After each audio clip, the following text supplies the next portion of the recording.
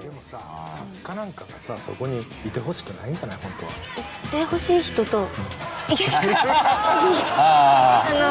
い、いや、そりゃどうでしょうね。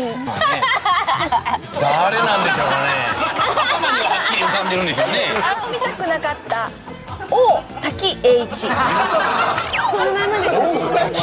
まさに今の流れで言うとこの人ですよ。よかったですよ、イニシャルトークにしといて。これはね、オーバーですけど、はいはい、風立ちぬってアルバムを5曲ぐらいプロデュースしてくださったんですけど、情熱的でこう厳しい方なんですよ。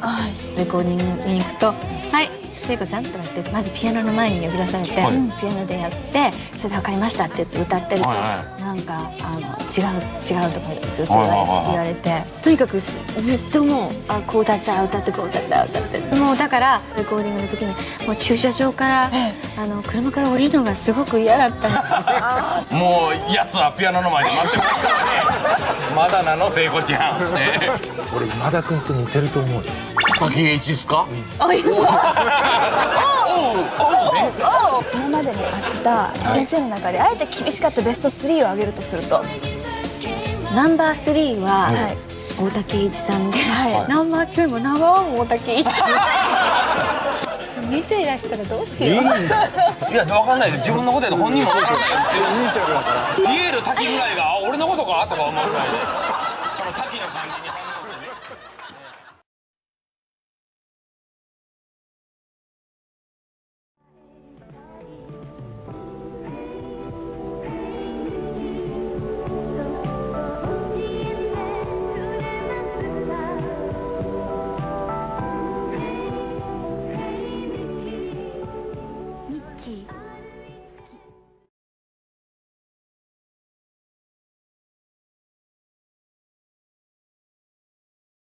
してくださったんですけど、情熱的でこう厳しい方なんですよ。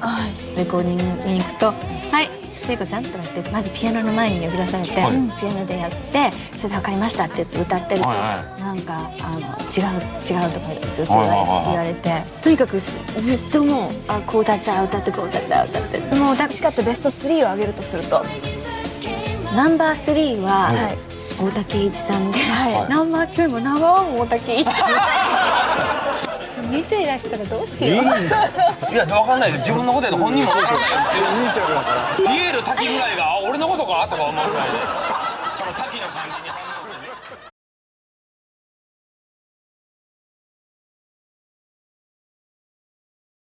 でもさ、作家なんかがさ、そこにいてほしくないんじゃない本当は。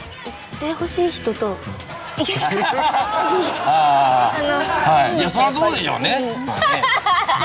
誰なんでしょうかね。頭にははっきり浮かんでるんでしょうね。見たくなかった王滝栄一。そんな名前ですよ。